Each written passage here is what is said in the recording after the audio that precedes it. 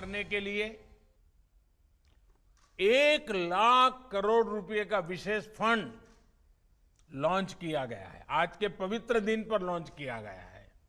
इससे गांवों गांवों में बेहतर भंडारण, आधुनिक कोल्ड स्टोरेज की चेन तैयार करने में मदद मिलेगी और गांव में रोजगार के अनेक अवसर तैयार होंगे।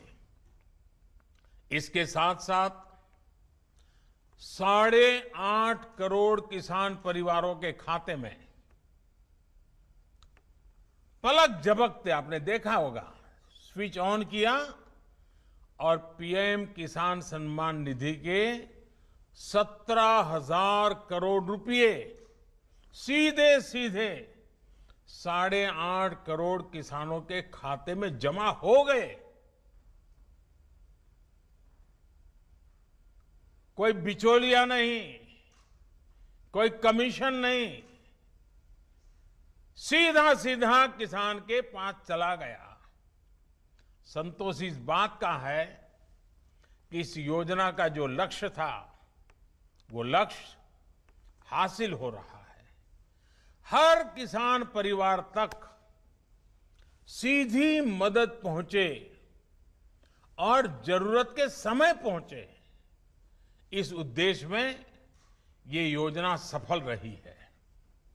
बीते 1.5 साल में इस योजना के माध्यम से 75,000 करोड़ रुपए सीधे किसानों के बैंक खाते में जमा हो चुके हैं। इसमें से 22,000 करोड़ रुपए था कोरोना के कारण लगे लॉकडाउन के दौरान किसानों तक पहुंचाए गए हैं। साथियों, दशकों से ये मांग और मंथन चल रहा था कि गांव में उद्योग क्यों नहीं लगते। जैसे उद्योगों को अपने उत्पाद का दाम तय करने में और उसको देश में कहीं पर भी बेचने की आजादी रहती है, वैसी सुविधा किसानों को क्यों नहीं मिलती। ये अन्याय किसानों के साथ क्यों हो रहा है। अब ऐसा तो नहीं होता कि अगर साबुन का उद्योग किसी शहर में लगा है तो उसकी बिक्री सिर्फ उसी शहर में होगी। कि साबुन तो देश के हर कोने में, दुनिया में कहीं पर भी बिक सकता है, लेकिन खेती में अब तक ऐसा नहीं होता था। जहां अनाज पैदा होता है तो किसान को स्थानीय मंडी में जाकर के ही उसको बेचना पड़ता था। इसी तरह ये भी मांग उठती रही कि अगर बाकी उद्योगों में कोई बिचौलिए नहीं है तो फसलों के व्यापार में ये बिचौलिए क्यों होने चाहिए।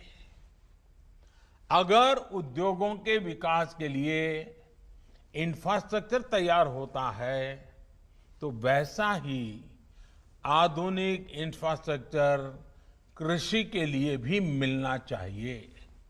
साथियों, अब आत्मनिर्भर भारत अभियान के तहत किसान और खेती से जुड़े इन सारे सवालों के समाधान ढूंढे जा रहे हैं। एक देश एक मंडी के जिस मिशन को लेकर के बीते 7 साल से काम चल रहा था वो अब पूरा हो रहा है। पहले इनाम के जरिए एक टेक्नोलॉजी आधारित एक बड़ी व्यवस्था बनाई गई। अब कानून बनाकर किसान को मंडी के दायरे से और मंडी टैक्स के दायरे से मुक्त कर दिया गया है। अब किसान के पास अनेक विकल्प है। अगर वो अपने खेत में ही अपनी उपज का सौदा करना चाहे तो वो कर सकता है, या फिर सीधे वेयर हाउस से इनाम से जुड़े व्यापारियों और संस्थानों को जो भी उसको ज्यादा दाम देता है उसके साथ फसल का सौदा किसान कर सकता है। इसी तरह एक और नया कानून जो बना है उससे किसान अब उद्योगों से सीधी साझेदारी भी कर सकता है। और मैं बताऊं, भारत के उद्योग जगत का जितना निवेश गांव और किसान में होना चाहिए था वो बहुत यानी नगण्य था, मामूली था।